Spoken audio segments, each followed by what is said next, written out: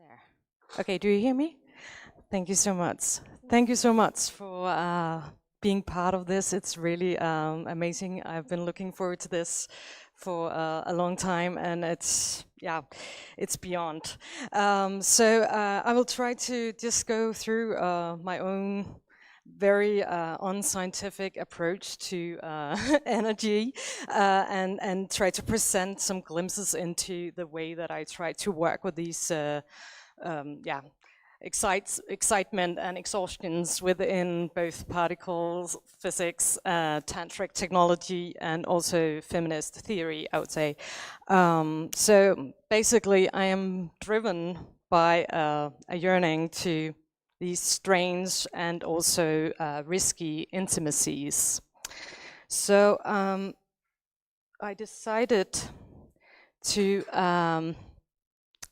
actually, instead of going directly for all the nice things that you can say about particles when you're an artist and you try to speculate around them and you discover that, for instance, neutrinos are left-handed and that they are traveling through space and they oscillate and they have queer personalities or identities and all these kind of things, or you discover that even scientists has these spiritual hidden sides. I thought, okay, what do I have that are very concrete in relation to energy? And I decided then to show you a few images from Stripped, which was an exhibition that I made for Moderna Museet in Stockholm, and later it moved on to Copenhagen at Charlottenborg, and it was curated by Lars Bang Larsen. And of course, to present this here, it's also to present another kind of energy producing machine. So you have the windmill, and this windmill is then cut into these pieces. And I guess it was also a way for me to situate myself as a child of this new anti-nuclear movement, basically, and a child of wind technology. So I thought, okay, this is really where I come from. So to also cut these blades was also a way to maybe question some of the limitations that are in wind energy. Coming from Denmark, where we are super proud of the wind technology, it was also a bit like risky to deal with such a heavy symbol. It's like Wheel of Fortune nearly for the Danish government. But on the other hand, it was a way to sort of also describe some of the waste. We have been speaking a lot of waste, and of course there are this problem with glass fiber that it's really hard to use again, and therefore they are now in a way worn out. Many of the smaller windmills. I also grew up with a windmill in the backyard, so coming from this very hippie type of approach to energy, my then later love with particles was in a way nearly dirty in itself. So okay, so I when I decided to cut these blades, it was also a way to, of course, take them down to earth, and also to, in a way, see if I could make portals into other worlds. That is a theme in my practice in general, that I try to combine these high-tech technologies with maybe something that are more loaded in the spiritual realm. So yeah, as you will see in a minute, we will have these up against a film that are driven by not a normal wind, but actually the very controversial idea that we have a wind called the dark matter wind, and I felt that was such a beautiful metaphor for being exposed to a wind that we don't really understand, and this wind is not really a wind, so it's just a breeze of something that we cannot grasp yet. And thinking about this, I also thought, okay, now that this is really fast, I just felt like, instead of me being extremely nervous, we can maybe just have a little moment of meditation together with this animation. So now we will just play it with sound, the next film. So just to have a few minutes of meditating together with these winds.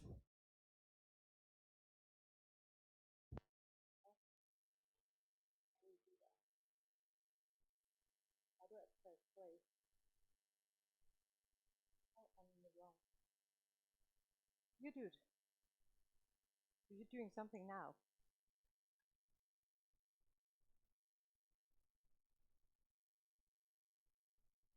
Super.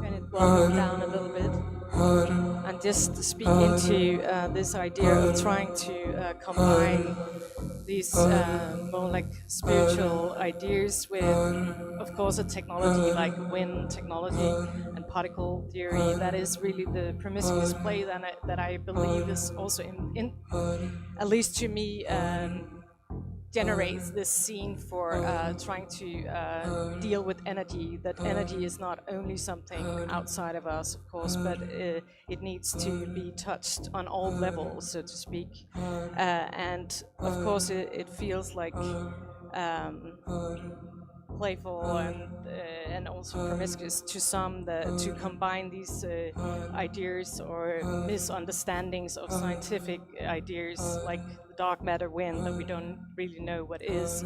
But it just happened that there was this peak of dark matter wind at the same time as the Pentecost. So it was also like speaking in tongues. So suddenly the speaking in tongue became this way of also trying to go out in these domains in a different way. And then another theory that I was very inspired of in relation to particles is, of course, also the idea of bare and dressed particles, that you need to sort of dress particles to understand them, because the naked particles are the infinite particle, and I just felt that that was really beautiful. Then now we have the text part that then leads us into a part that are much more like organic, but is still dressed, as you will see in a minute. So it's all the time about trying to get closer to some sort of energetic feeling inside, or sensation, or synthesize things or matters that are maybe normally very distant, and then try to see if they can somehow then transform into another kind of energy in a different domain. See a few more minutes.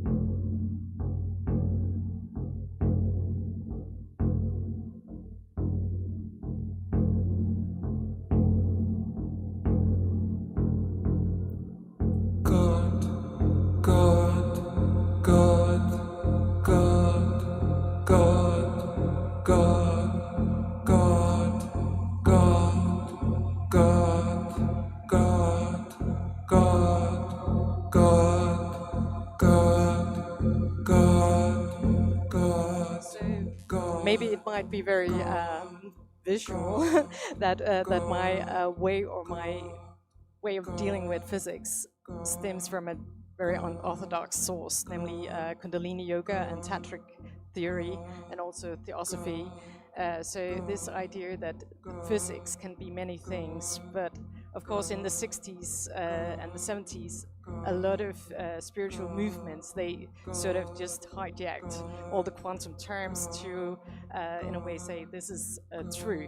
What we have talked about so long is true. And of course, that's highly,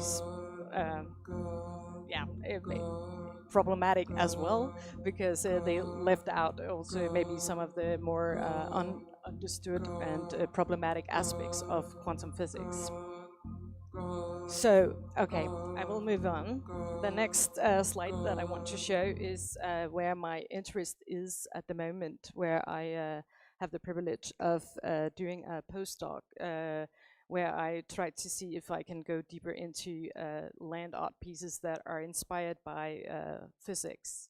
And then I thought I would like to show you the memorial I did in Sweden for the tsunami in 2004, Southeast Asia, which was inspired by gravitational waves, and it's called gravitational ripples. And for me, it was a way, again, to transform these ideas of the particle physics, astrophysics, into something that you could actually walk into something that has to do with some of the emotions that you were trying to deal with in a memorial. And of course, gravitational waves are bending space-time itself, which is, of course, a beautiful image on how grief could be thought of.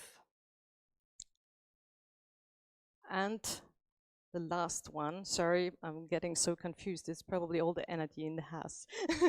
The last one is called Clit, or Dune, and it departs from the double slit experiment. So there's actually a small double slit in the middle of the site. But again, it was a way to make a shore biotope in the middle of the city and then create a landscape that departs from particle physics.